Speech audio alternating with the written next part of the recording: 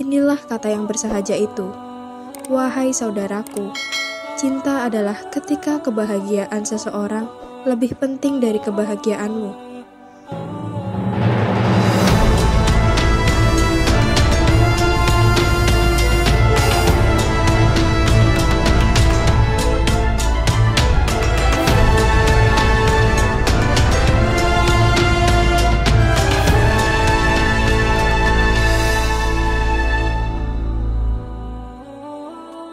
Kisah Umar bin Khattab ketika dua perempuan menolak lamarannya. Pada saat Islam datang dan Umar menjadi tokoh besar dalam mendakwahkan ajaran itu, perempuan justru kurang berminat dengan dirinya. Umar dianggap terlalu galak, jarang senyum, dan pelit. Pada saat remaja, Umar bin Khattab adalah idaman kaum perempuan. Sebagai lelaki perkasa, juara gulat, dan pacuan kuda berdekatan dengan Umar. Syukur-syukur dinikahinya menjadi impian mereka. Hanya saja, pada saat Islam datang dan Umar menjadi tokoh besar dalam mendakwahkan ajaran itu, perempuan justru kurang berminat dengan dirinya. Umar dianggap terlalu galak, jarang senyum, dan pelit. Pria pada zaman itu sudah biasa memiliki istri banyak dengan harapan mendapatkan banyak anak. Begitu juga Umar bin Khattab. Begitu masa mudanya mencapai kematangan, ia terdorong ingin menikah. Dalam hidupnya, Umar tercatat mengawini 9 perempuan yang kemudian memberikan keturunan 12 anak, 8 laki-laki dan 4 perempuan. Dari perkawinannya dengan Zainab putri Mas'un, lahir Abdurrahman dan Hafsah. Dengan Ummu Kulthum, putri Ali bin Abi Thalib, lahir Zaid yang lebih tua, senior, dan Ruqayyah.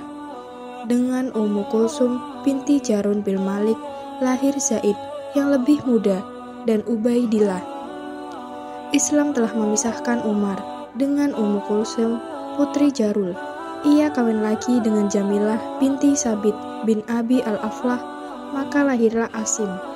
Nama Jamilah yang tadinya Aisyah oleh Nabi diganti, "Sebenarnya engkau Jamilah," kata Nabi. Perkawinannya dengan Ummu Hakam putri Al-Haris bin Hisham bin Al-Mughirah melahirkan Fatimah. Dari perkawinannya dengan Atikah binti Zaid bin Amr, lahir Iyad. Luhayyah, hamba sahaya, ibu Abdurrahman, anaknya yang menengah. Dari Fukaihah, yang juga hamba sahaya yang telah melahirkan Zaid, anaknya yang bungsu. Kalangan sejarawan masih berbeda pendapat mengenai nama ibu Abdurrahman Junior. Ibunya juga seorang hamba sahaya. Kalangan sejarawan masih berbeda pendapat mengenai nama ibu itu. Muhammad Hussein Haikal dalam bukunya berjudul Umar bin Khattab memaparkan Umar kawin dengan 4 perempuan di Mekah dan yang perempuan kelima setelah hijrah ke Madinah. Akan tetapi, ia tidak sampai mengumpulkan mereka di rumahnya. Sebelumnya, telah disebut Islam telah memisahkan Umar dari Ummu Kulsum binti Jarul, dan perempuan-perempuan yang lain diceraikannya. Mereka yang diceritakan Ummu Hakam binti Al-Haris bin Hisham dan Jamilah yang telah melahirkan Asim. Menurut Haikal, kalau Umar masih akan berumur panjang, niscaya ia masih akan kawin lagi, selain ke-9 perempuan itu. Prediksi Haikal itu terkait dengan peristiwa yang terjadi sebelum Umar wafat. Umar sempat melamar Ummu Kulsum, putri Abu Bakar, sewaktu masih gadis kecil. Sementara ia sudah memegang pimpinan umat. Ia memintanya kepada Aisyah saudaranya. Aisyah Ummul Mukminin menanyakan adiknya itu.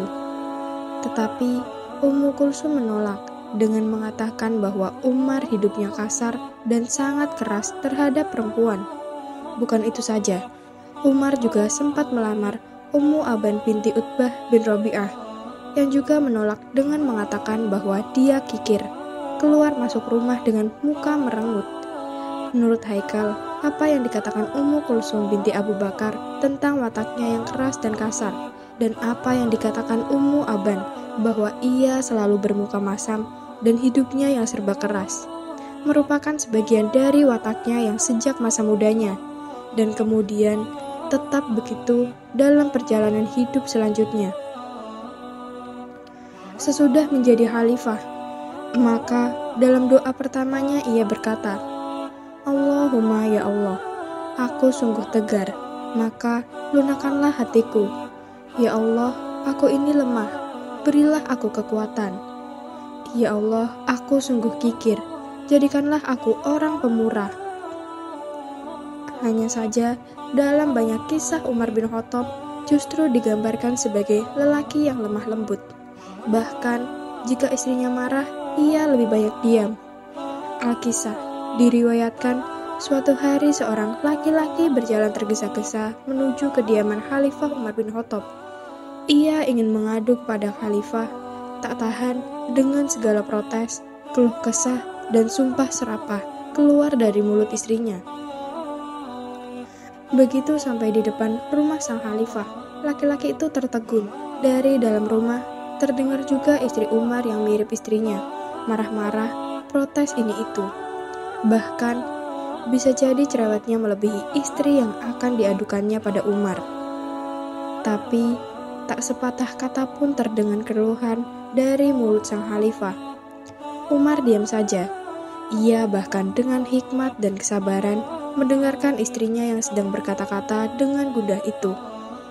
Akhir cerita, lelaki itu mengurungkan niatnya, batal melaporkan istrinya pada Umar.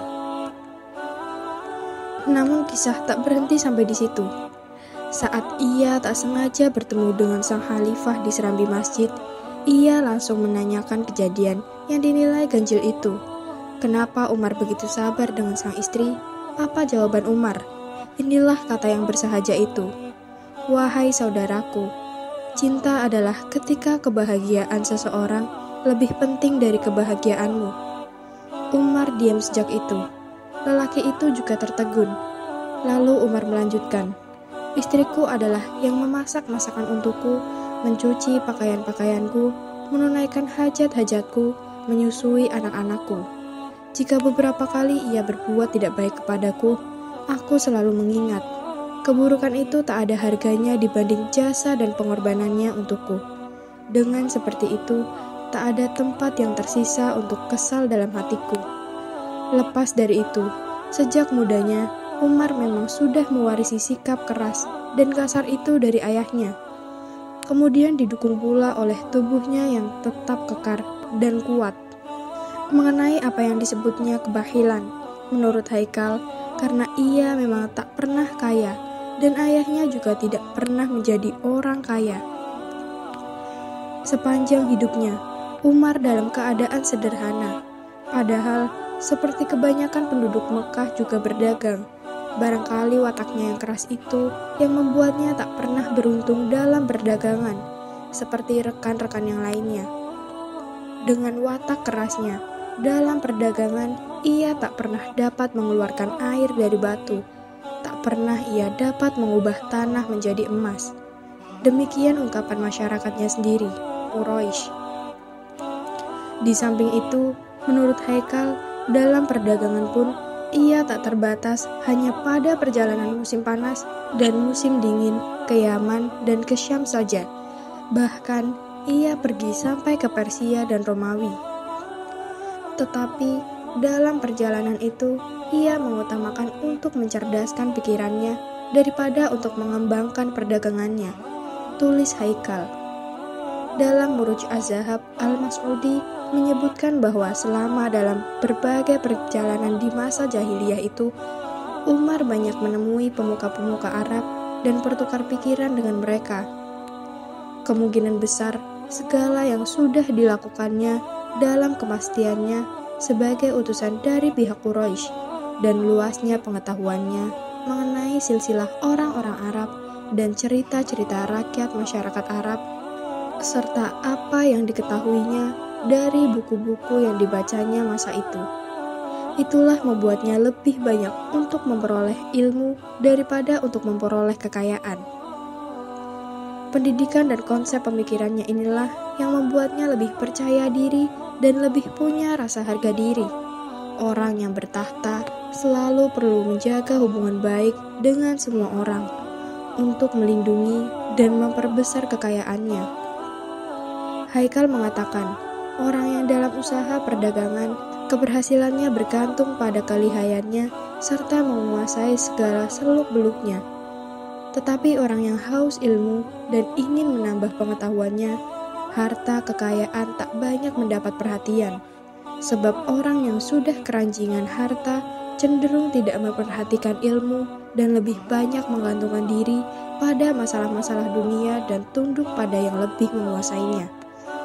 Tetapi, menurut Haikal lagi, orang yang memandang dunia dan harta itu rendah dan memburu ilmu dan pengetahuan lebih membanggakan diri sampai-sampai ia mau menjauhi orang. Maka ia tak akan tertarik pada segala yang ada di tangan mereka karena ia sudah lebih tinggi dari mereka semua. Tingkat ini yang belum dicapai Umar di masa mudanya. Rasa bangga dan percaya diri yang luar biasa itulah yang benar-benar dihayatinya, tulis Haikal. Usaha Umar dalam memburu pengetahuan membuatnya sejak mudanya ia memikirkan nasib masyarakatnya dan usaha apa yang akan dapat memperbaiki keadaan mereka. Ini juga kemudian yang membuatnya bangga, bersikeras, dan menjadi fanatik dengan pendapatnya sendiri tentang tujuan yang ingin dicapainya itu. Ia tidak mau dibantah atau berdebat, karena sikap keras dan ketegarannya, sehingga dengan fanatiknya ia berlaku begitu sewenang-wenang.